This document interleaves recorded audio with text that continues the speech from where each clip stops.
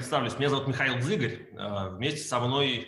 This was a groundbreaking interview with what the Kremlin sees as an enemy head of state, and a first for Russian journalists covering this war. Избрали другую тактику, тактика победы в регионах. But for many Russians, the words of President Zelensky, including his offers of compromise for peace, will never be heard.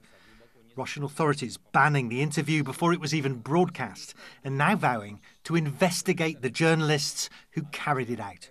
Journalists like Tikhon Zyadko, the editor-in-chief of TV Rain, an independent Russian channel forced off the air earlier this month. Нет войне. Точно нет войне. No to war, his editorial staff said, as they walked off their Moscow set.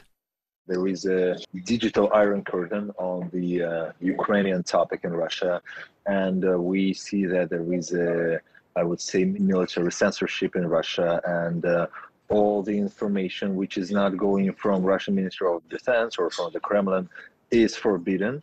So it is really important to tell the people the truth, or at least to tell them what the other side of the conflict, of the war, thinks. Why do you think it is so important for the Kremlin to keep such a tight grip on that flow of information and on the message they want Russian people to hear? Almost the whole story of Russian war in Ukraine is a big lie, just from the beginning. Even the word war is not being used by the Russian government. We understand that this is not true.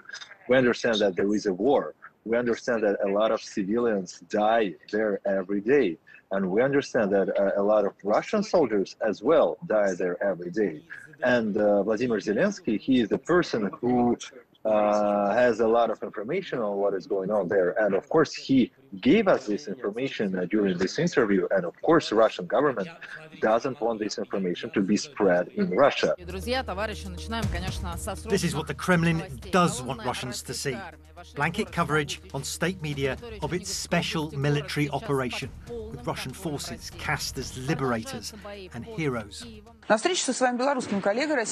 have been displays of dissent, like this one of a journalist holding up an anti-war placard during Russia's main daily newscast. The programme has quickly cut away. But for millions of Russians, the idea their country is a force for good, fighting neo-Nazis in Ukraine, being welcomed by the people there, is much more appealing than the hard truth. Why is it such a successful strategy? Why are people so ready to believe that propaganda? There is a huge part of the Russian society of people who are in denial, people who just do not want to admit that their country, our country, my country, is bombing civilian objects and schools and the hospitals, etc., etc.